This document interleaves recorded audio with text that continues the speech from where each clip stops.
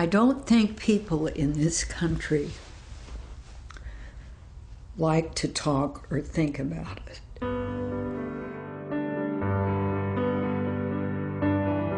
Most people think of elder abuse as somebody beating an older person. This is one of the most invisible crimes. It's very difficult for me because I'm very friendly, and I think that that's why they took advantage of that. They'd always steal everything, whether it was money or jewelry. I think one of the things that we bump up against with elder abuse is shame, embarrassment, capacity. There is elder abuse occurring in probably every zip code in the United States. Elder abuse is a dark mark on our humanity.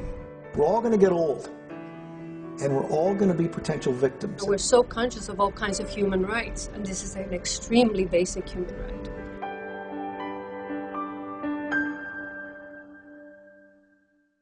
Elder abuse is a national problem that's only going to get worse with the aging of the population. We need to have a systemic approach to this so that when our children or our children's children become senior citizens, that they don't face the same abuse and neglect that our seniors face today. My aunt has always been the type of person that adapted to whatever was around her. Very, very strong woman, and nothing much scares her very badly. She just adapts. I don't need nobody. She's the only one to take care of me. My aunt's son, who is the grandson's father, actually was having some financial problems and needed to sell their home very quickly. The mother had already died a couple years before. They moved in here, then he died, and the grandkids were left behind. And then as they got older, things just got even more wilder with their involvement with things, drugs and such. So that even though we had seen a lot of things going on, or a lot of activity, people in and out, we kept checking, and she thought everything was still kind of fine. But one day my mom came home from visiting her and said, "Do you know that your aunt has a security door on her bedroom now?" When we went to the house, we found that there was a metal security grate type door on her bedroom. So it was a very remarkable situation. We had spent hundreds, thousands of hours in the last 3 years here dealing with crime directly related with this house and kind of in concentric circles away from the house. They had informed me that the city of Hayward was looking to take her home, sell her home, put her in a rest home, and that in my opinion would kill her. She wouldn't have her home, she wouldn't have her garden. So I came over, I asked her to come and have lunch with me so I could get her away from all the busyness that was here. And I told her, "Do you realize what's going on?" And she was starting to realize what was and the potential of happening. And I asked her, "Can I help you, if you allow me to?" And she said yes. So the very next opportunity we had to do this problem housing abatement program called SMASH, we brought it here. We found Miss Bastion, the homeowner. We found her grandson, several people who were part of the local gang, some people that were on parole, and a bunch of people who were under the influence of heroin. It was really sad.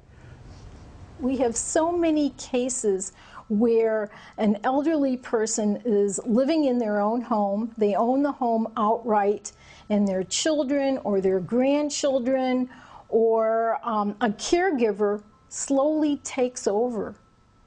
And the elderly person becomes the prisoner in their own home. Elder mistreatment means to me, it means self-neglect, where an elder is not able to take care of himself or herself, and it means neglect by others.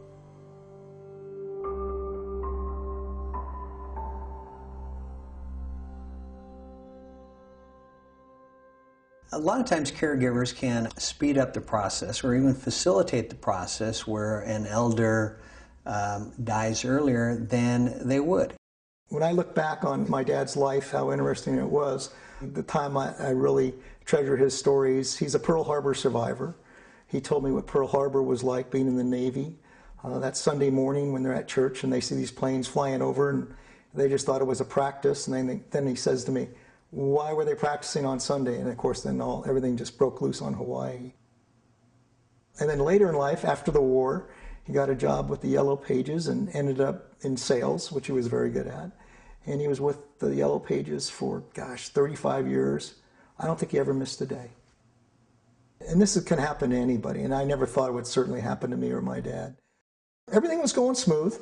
In October of '07, I hired her at $250 a month just to take him to the doctors or take him to the grocery store so he could buy food or whatever, and that type thing.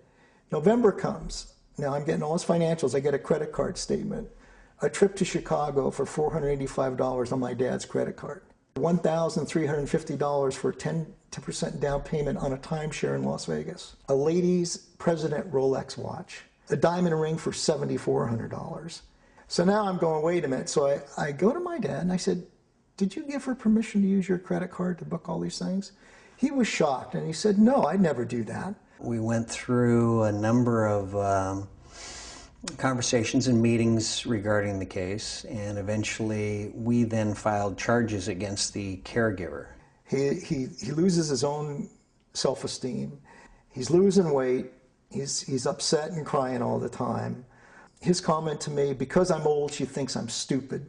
There's a real pattern to these type of cases. Generally, the caregiver endears themselves to the elder, whether it be a man or a woman, and is able to then manipulate the elder in a fashion that a lot of times the children are just almost amazed by.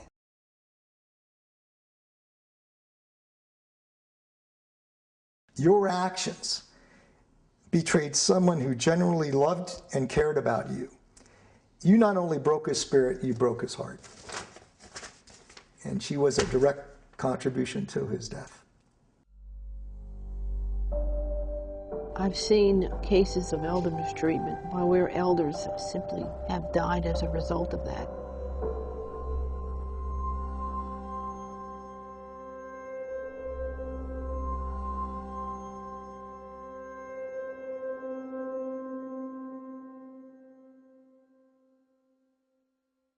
Just waking up in the morning and knowing that nothing bad is going to happen to you necessarily. It's a very basic thing. Yeah. I love my grands, the children. They make me happy. And I love to see them happy too. Since I'm retired now, and I help out my daughters with my grands, because I think with a grandmother, a good grandma, you have the love for them, you watch out for them. And that keeps me going.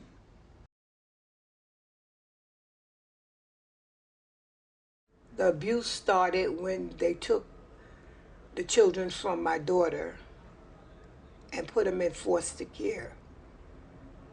And then my daughter had like a resentment towards me. She'd be very like violent, you know, always want to fight. And she always was threatening to kill me. And this last time I was going downtown with my granddaughter and my grandson to do a petition for custody. And I don't know how she found out I was going that morning. But as we were leaving my apartment to go on the elevator, she was coming out. And she tried to pull my granddaughter, and I was holding her, and she started fighting me. I felt real bad, because it was my daughter, and she didn't have to go that route.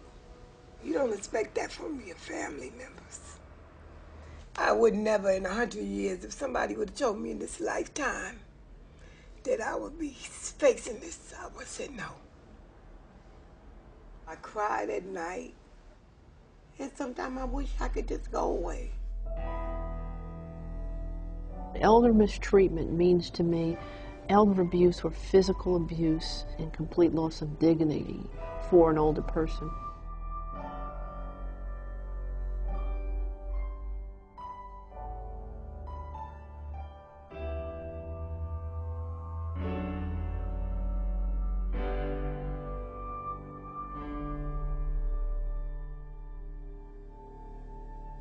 I think one important thing for us all to remember and to help people know and understand is just because people change, and maybe they're not as we knew them when they were our parents, and now they may not have all their faculties, that they haven't stopped existing as a person, and you don't have any right to pretend they don't exist and use their assets as if there's a better use for them than for them.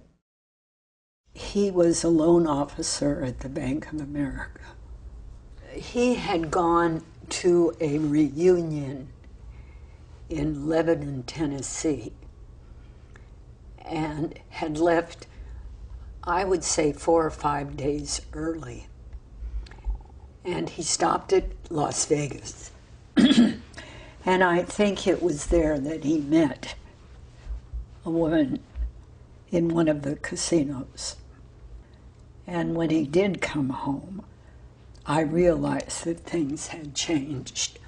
I received a phone call from Pat's nephew, who had attended a lecture that I had given on financial elder abuse, and called and said that something is wrong. When Wilson was, or had met Jamie, I think that it was the beginning of Alzheimer's.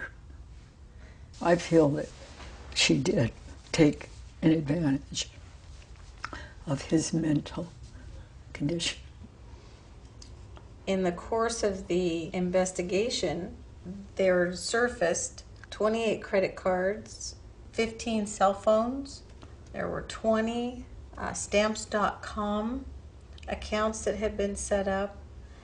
It was very clear to us at the time that the Wilson Smith family was supporting some sort of illegal business operation. So that you know, there was approximately $750,000 involved with this case. It is an open investigation with the FBI. When someone has abused you and taken your information, you basically feel at a moment that there is nothing safe any longer. Elder mistreatment means financial exploitation, where those take the money and resources of other people and use it for their own good.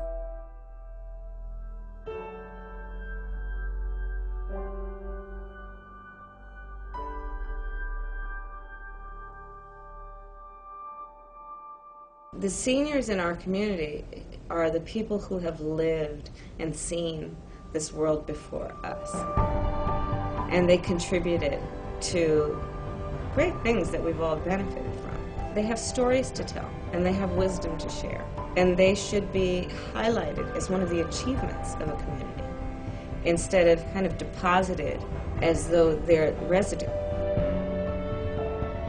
We have to do more for our elders. We have to step up to the plate and enact laws that can protect them.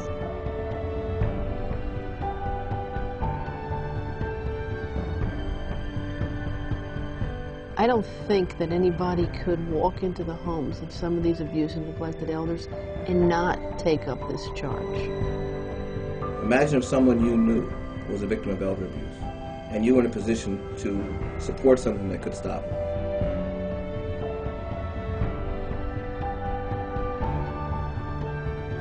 I know there are a lot of bigger problems in this country, but I think elder abuse is one of them.